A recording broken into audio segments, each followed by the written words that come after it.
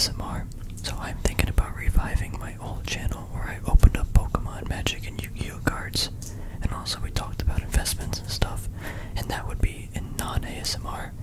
It would still have a relaxing vibe to it, but it would not be like me whispering in your ear. It would be better for discussions and stuff for the people who don't enjoy ASMR, but if anyone's interested in that, let me know. But for now, let's continue with investing in Pokemon. Obviously, when you invest in something, you want to buy it at a cheaper value, and hopefully over time, it not only retains its value, but increases as well. The discussion we're going to get into and stuff is going to be pretty lengthy. I'm not going to go into every single detail because it's just not possible. However, I'm going to give kind of an overview as well as what I'm currently doing and buying, because I cannot give you personally financial advice because I do not know your financial situation as well as risk levels and tolerance and time frame.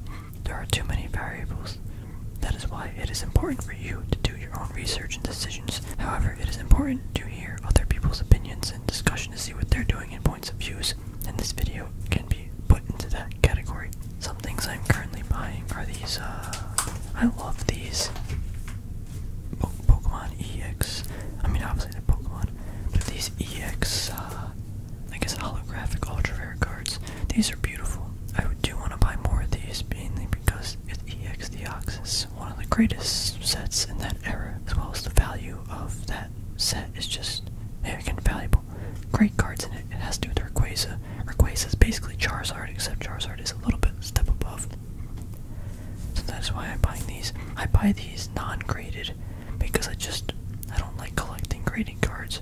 However, for resale purposes, and probably eventually when you go to liquidate these products, you should have them graded. Like up here, there's some nicks and stuff. You're not gonna really see it on the camera unless you see it really closely. This isn't a bad card, but it's not beautiful either. Like you'd probably get like a 6 or 7 graded. I'm not entirely sure. I like to collect non-graded stuff, and I also, so like this is the thing too. Like this Rayquaza is in pretty bad shape. There's a little scratch there and stuff. Probably never gonna get it graded. But in 10 years, someone might want this ungraded and just to own. And that's kind of the market that I'm going after.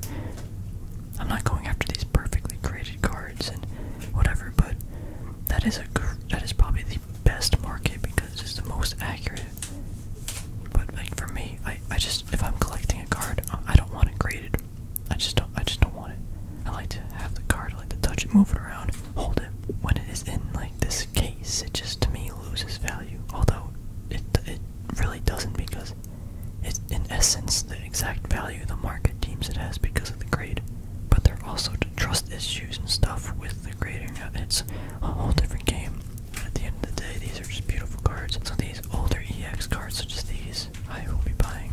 Obviously if the price is right. Like I'm not gonna try and spend too much money. I did get this card for not a good value, but it wasn't terrible either. Salamence. So let me find it. Salamence is another card. I want to fill these in with all these. This is another card from EX Deoxys. Now here's the thing.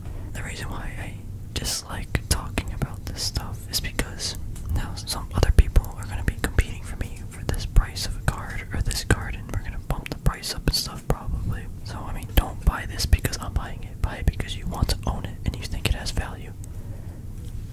And these things aren't super liquid, you know, so like there aren't that many of them, so the price is bound to go up anyway. And me talking to a bunch of people probably won't increase the price that much over a long time frame, but this card I got for such a good value. It's like perfect. Level X cards are still very cheap relative to the time they were printed, as well as the rarity. I'm probably gonna buy more of these. It's just I try to buy these off TCG Player where they're really cheap, but the quality is so bad and the sellers on there have no idea how to do business. It's disgusting. I just go on eBay. Again, all these older EXs I just love. It's just I think they're at a decent value right now. No matter what, you want to make sure you're getting the Pokemon that not only you enjoy but other people love. Like Exploudon.